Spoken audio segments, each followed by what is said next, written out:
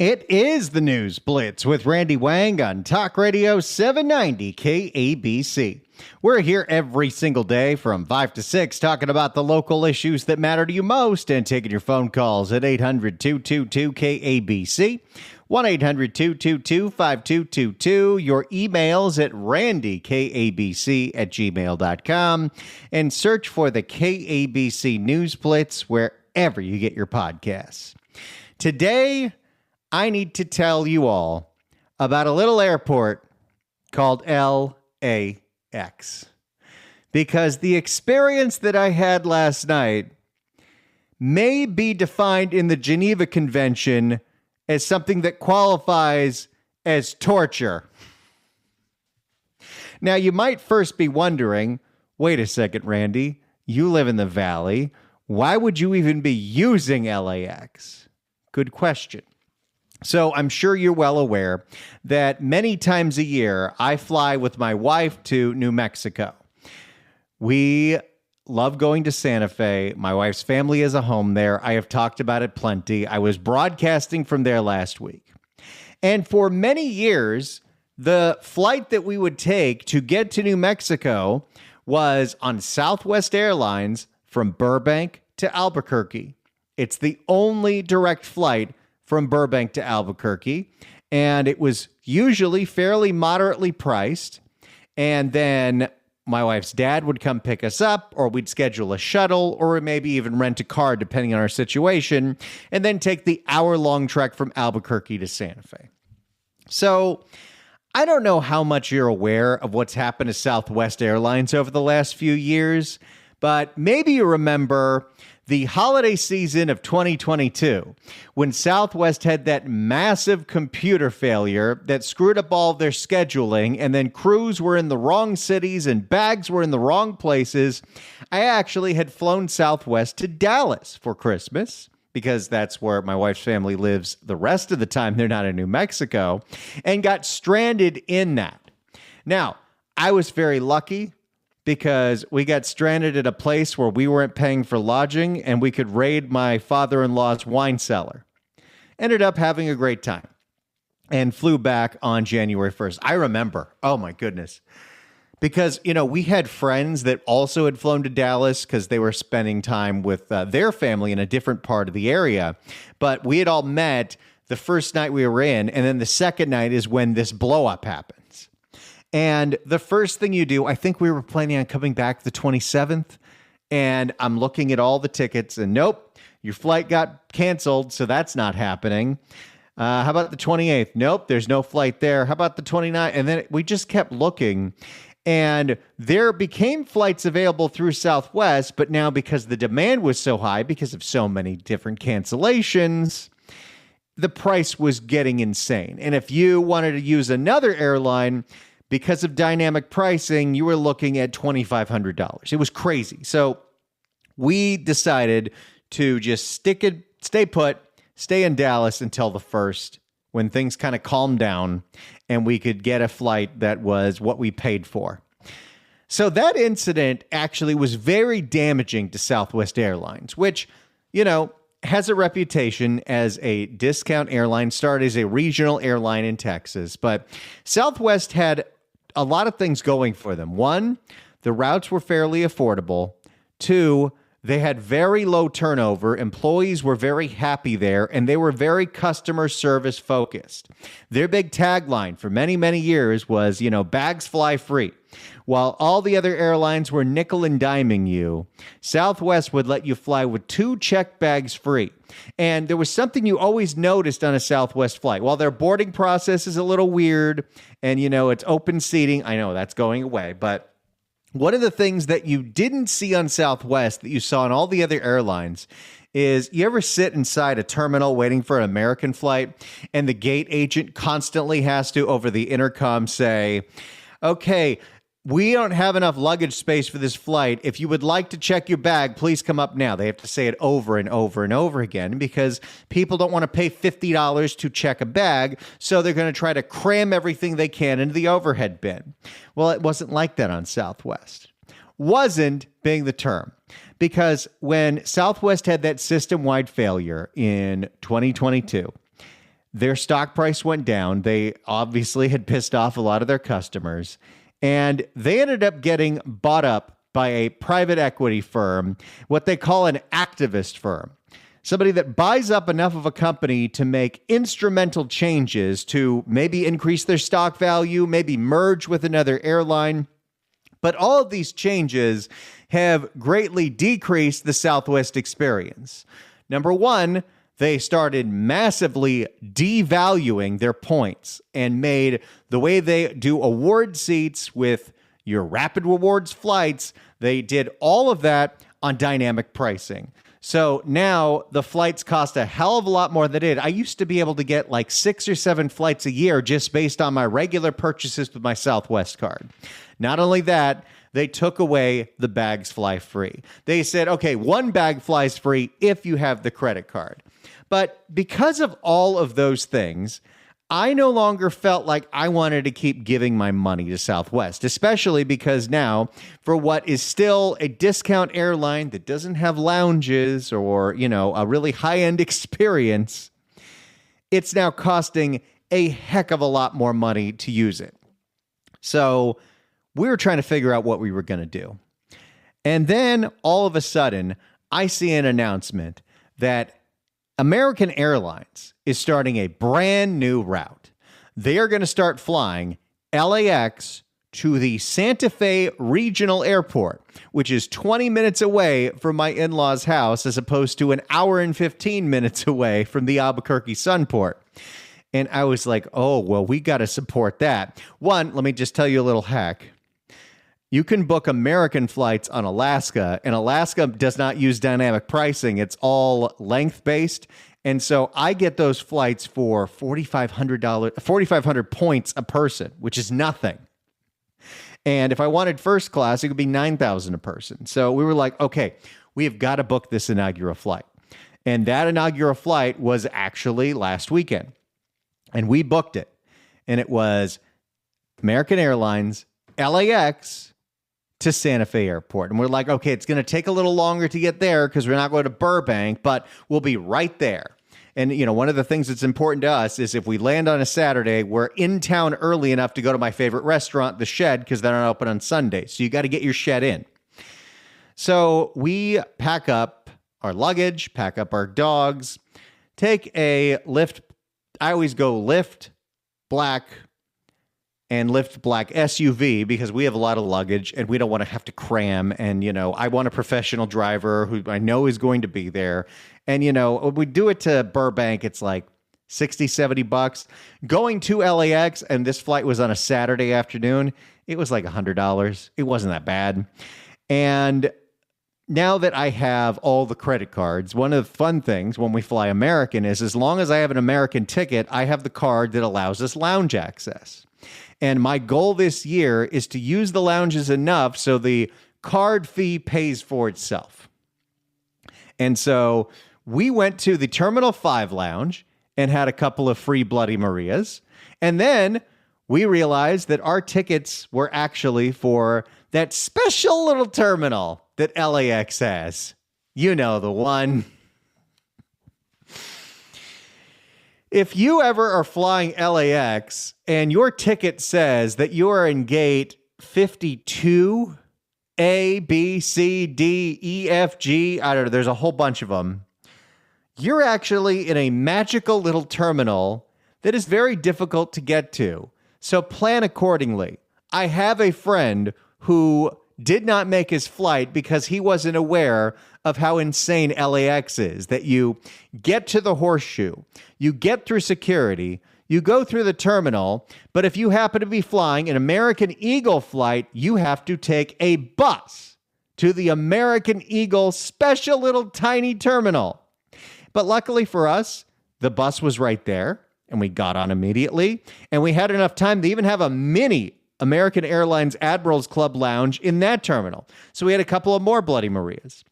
Got on the plane, and it was one of those smaller American Eagle planes, which, good thing to know for the future, is that the overhead space in those is much smaller, so my backpack barely fit, because I packed the microphone that I'm talking into now, as well as a few other things. So, but the flight was very comfortable. Being 50 pounds lighter makes it a lot easier to sit in those seats. I will tell you that. And once we landed, we were in Santa Fe. Not Albuquerque, Santa Fe. And it was a quick shuttle to get to the house and then enjoy our week. And I had a great time. Took Friday off to celebrate my 5-year wedding anniversary. And usually when we book these trips, we like to come back on a Saturday. So we have time to reset. So we have time to like do our grocery shopping and do laundry. And typically traffic coming back on Saturday is always better than traffic coming back on Sunday. But I got greedy. I wanted that extra day because that's another Saturday that we can enjoy the shed. And oh my goodness, I can't even count the amount of margaritas I had on Saturday. We went to the compound. We went to Joe's Tequila Bar. We went to the shed. We went to Julie's. We went everywhere, all with our dogs. It was a wonderful, wonderful day, and I wouldn't trade it for anything. That being said, as we are ready to pack up to go home, this is where things get a little different. First off, flying into the Santa Fe airport, easy, very simple. But flying out of it, you do have to prepare for that it's a very, very small airport. So there's like one person for the entire airport checking people in. Also, and I don't know any science behind this, but somehow our bags weighed more at 7,000 feet altitude than they did. So that was a little challenge. Security didn't take long because it's a tiny airport, but it's not as convenient as a place like Albuquerque or Burbank. But still, we sat in this little terminal, waited for our plane. The plane ride was smooth, although it didn't take off for like 20 minutes, but sometimes that happens. And 2 hours later, we were landing at LAX on a Sunday at 5:45 p.m. And we landed on time. And that's where the real part of this story begins. As soon as we land, there's an issue that I didn't know about when it comes to American Eagle planes, which is getting off the plane can take a very long time if a whole bunch of people at the last second had to check their bag because, again, the overhead space doesn't fit.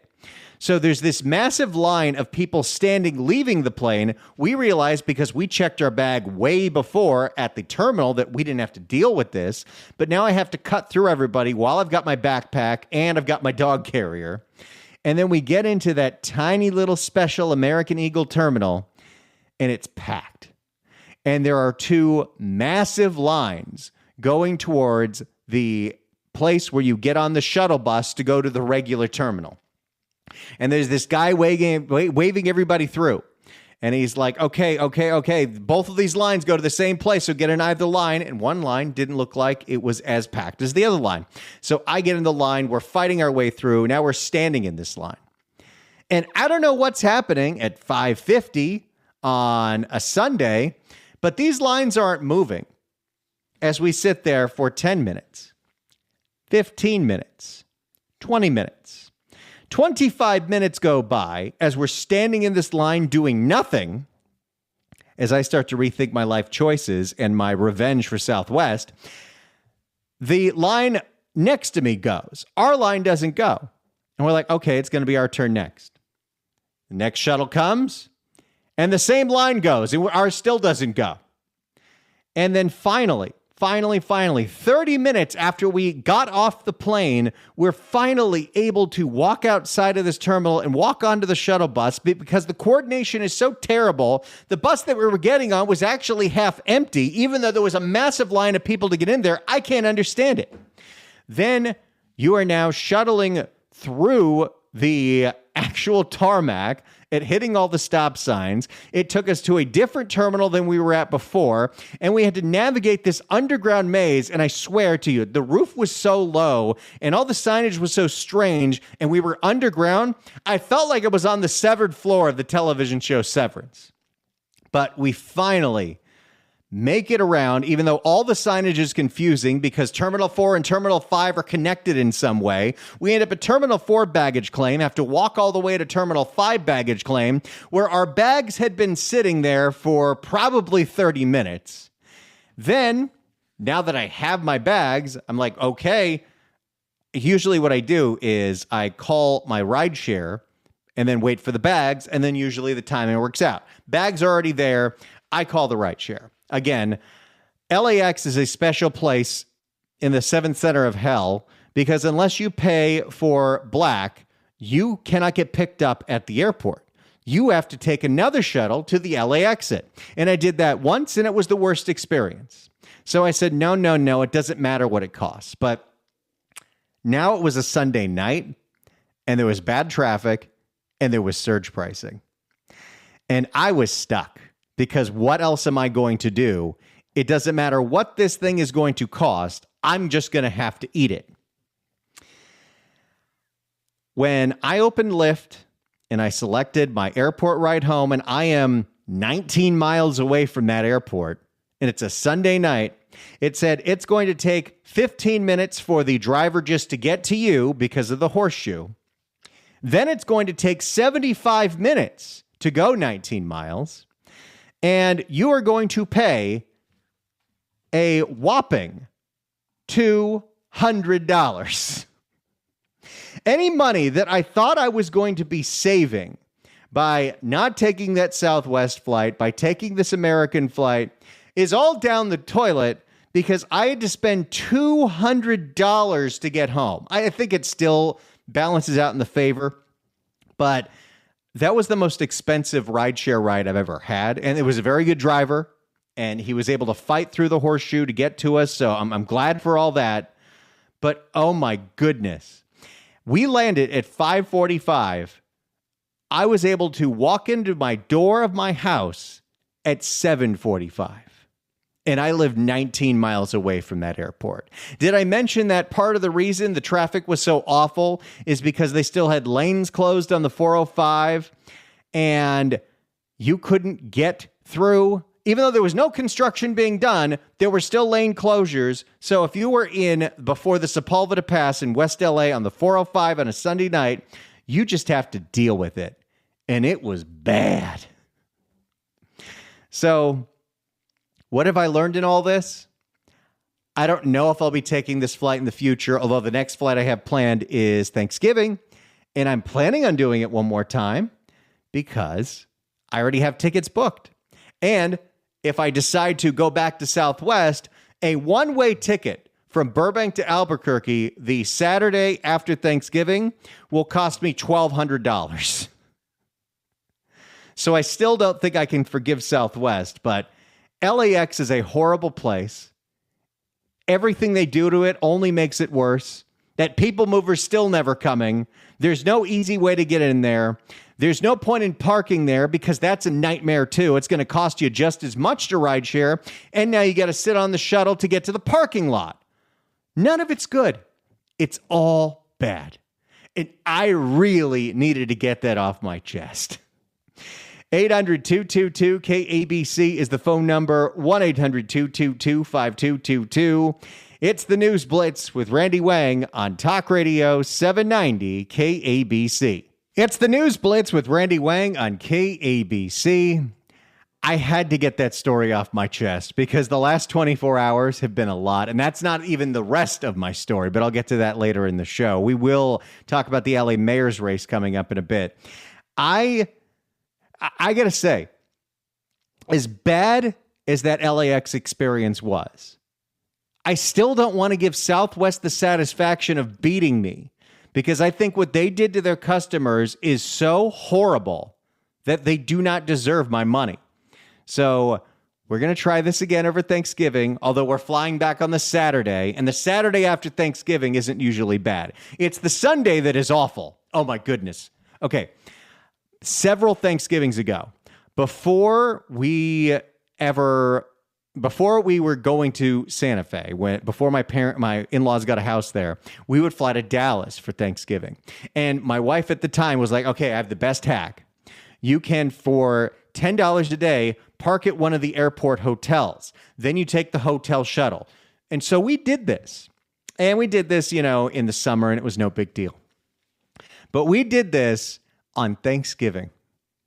And I will never forget, as we get off of our Southwest Dallas Love to LAX plane, We are sitting there on the first floor with all the honking, waiting, and I'm not making this up, 90 minutes for the shuttle to come get us, to take us to the hotel, where then we can load up our car and drive home.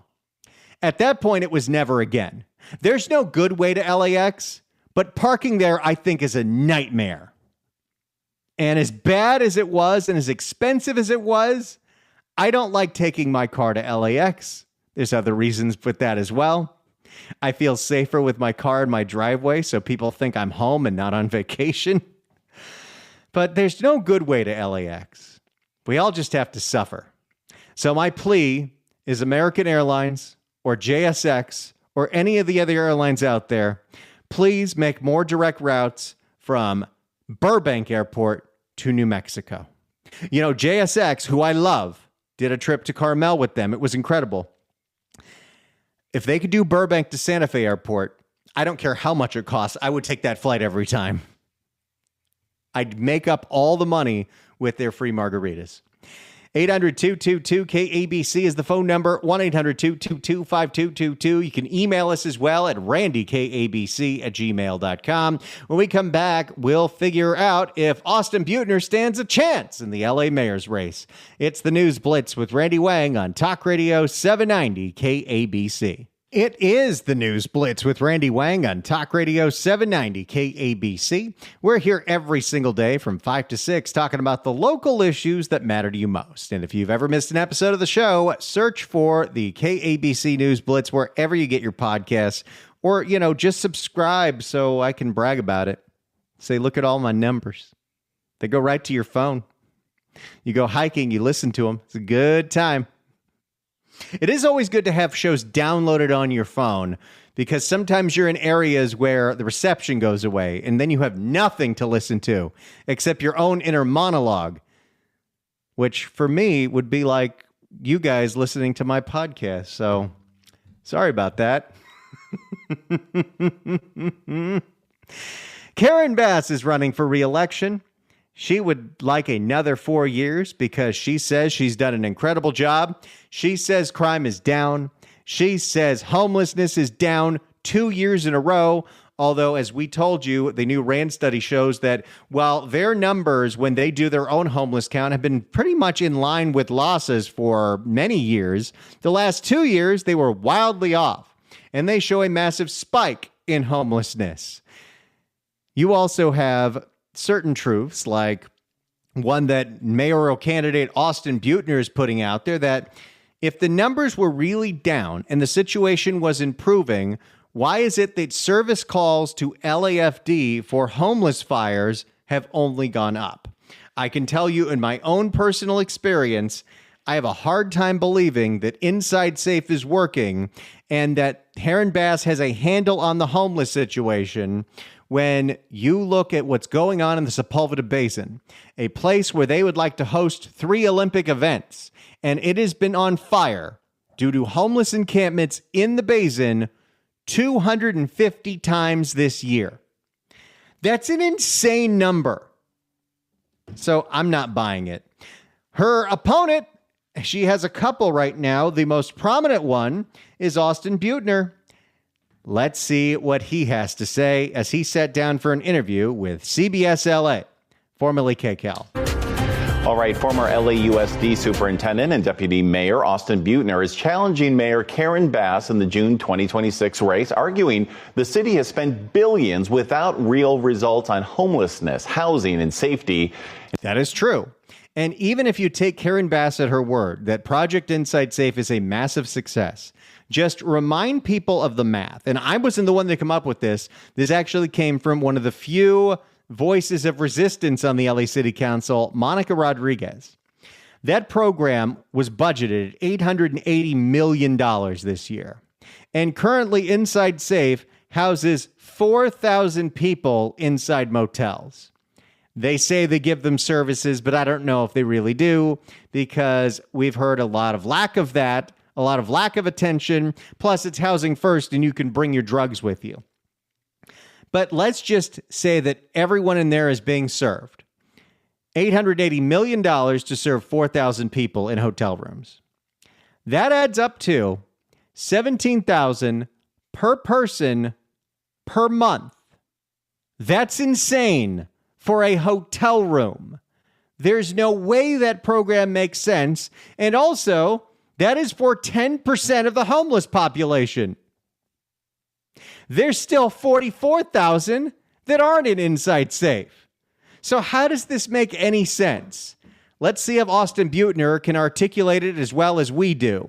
In his campaign video, he takes aim at both Bass and President Donald Trump and says Los Angeles needs to change. And Austin Buettner joins me live in studio right now. Austin, thank you so much for coming in this morning. Pleasure to see you. Thanks for having me. You know, one of the key accomplishments Mayor Karen Bass often cites is that homelessness is down in the city of Los Angeles. But just this week, we learned that, in fact, a new report says it's not. Well, RAND, so the internationally renowned think tank based in Santa Monica, took a look at that point-in-time count. And I think we all understand the challenge in a point-in-time count. They told us 8,000 people might have not been counted, which means maybe it's up, not down. 8,000?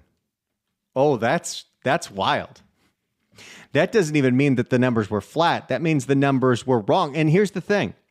We know that you already are going to have a hard time trusting LAHSA, the Los Angeles Homeless Services Authority, that does the count.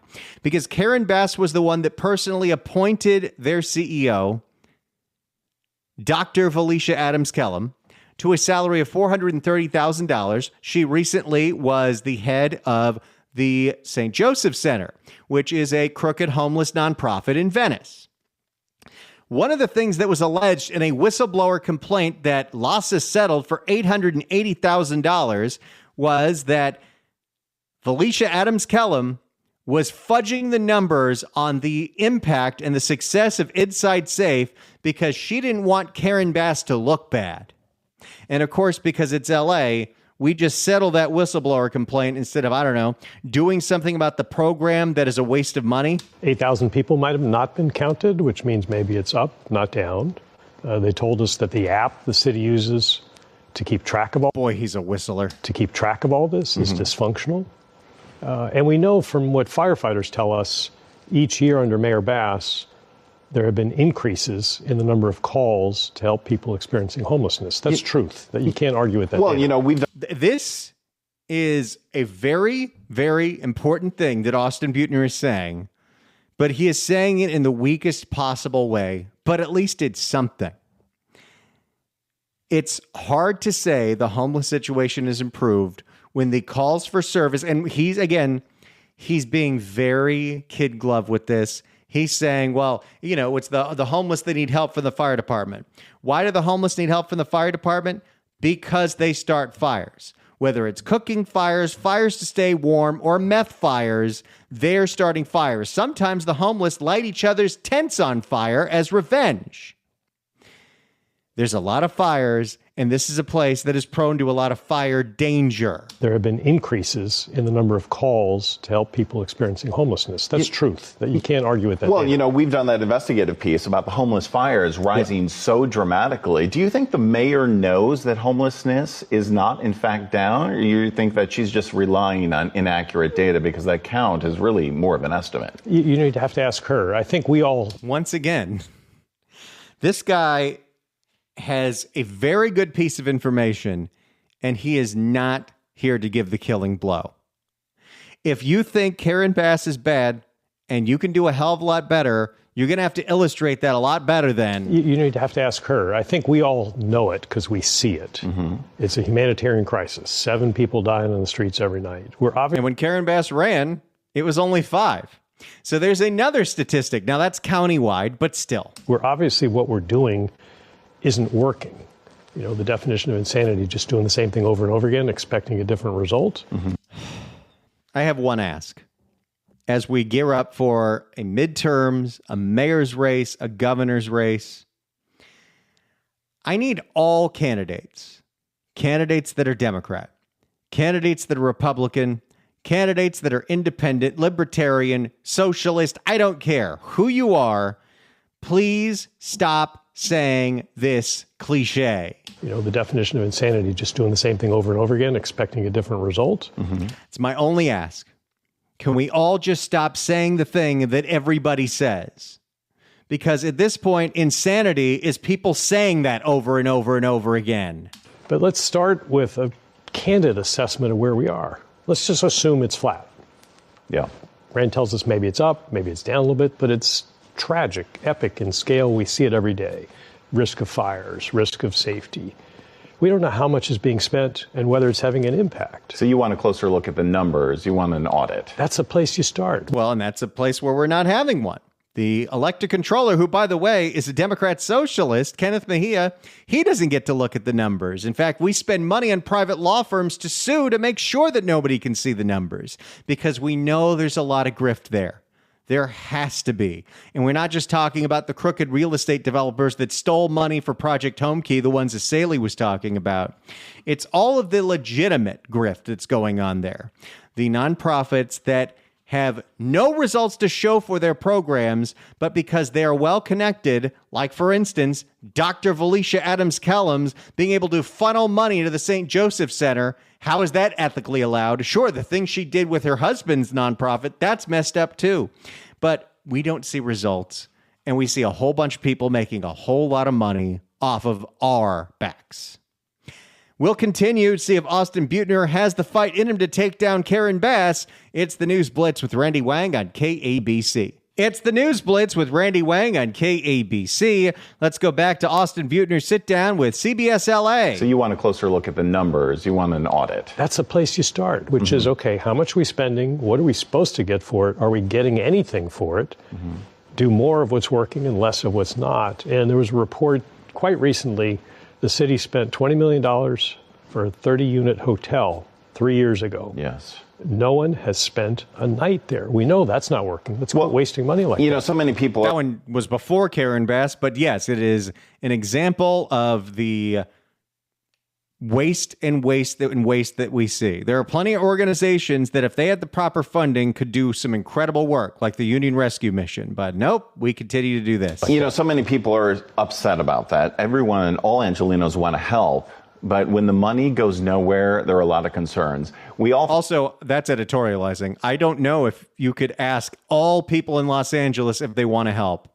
I think there are people that have had enough. We all thought that, and many people still do believe that Mayor Karen Bass is addressing homelessness. You actually believed it at one point. You supported her. You raised money for her. Why the sudden... That's going to be tough. Why the sudden change?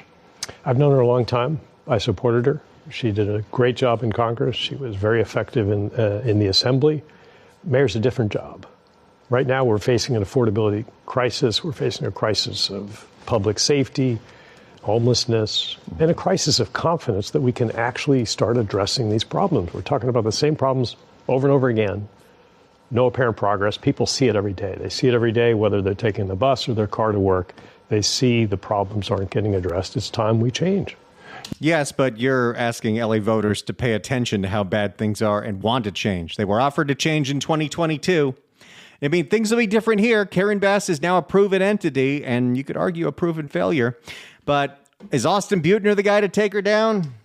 I don't know. It's going to have to get a lot tougher. It's the News Blitz with Randy Wang on KABC.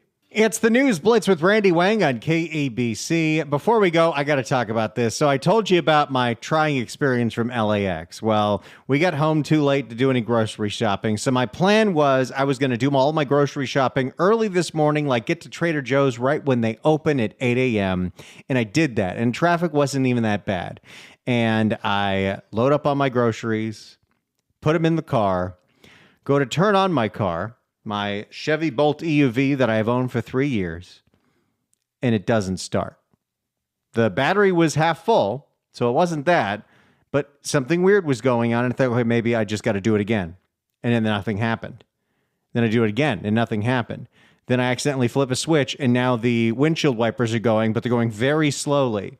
Then I get a text from OnStar that says, hey, there's been a fault in your battery, don't charge. I'm like, what? What do I do now?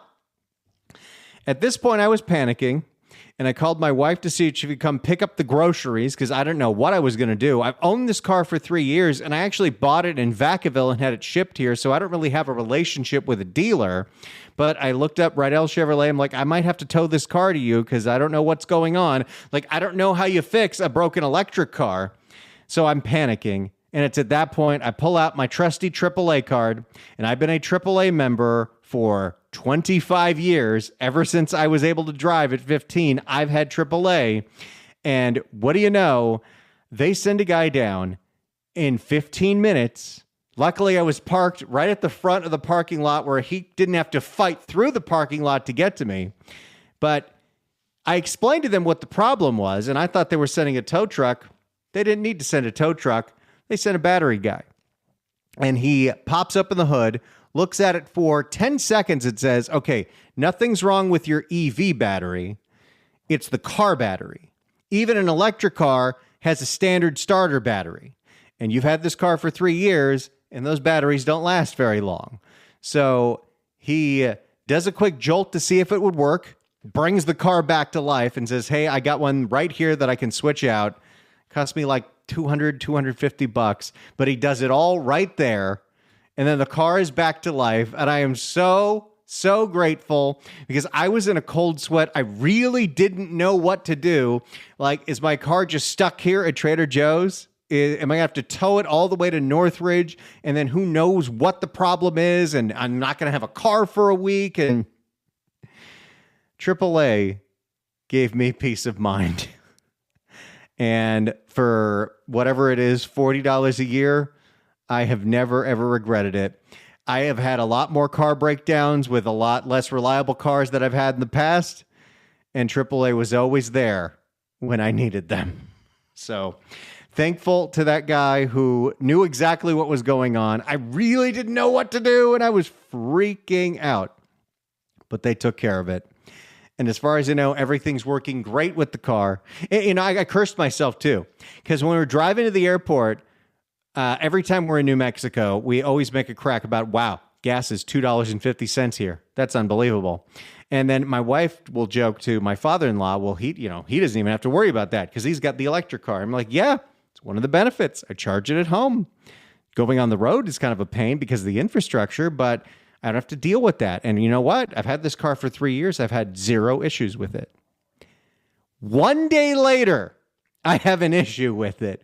But luckily, it was just the car battery, and the AAA guy fixed it, and I get to drive my car again.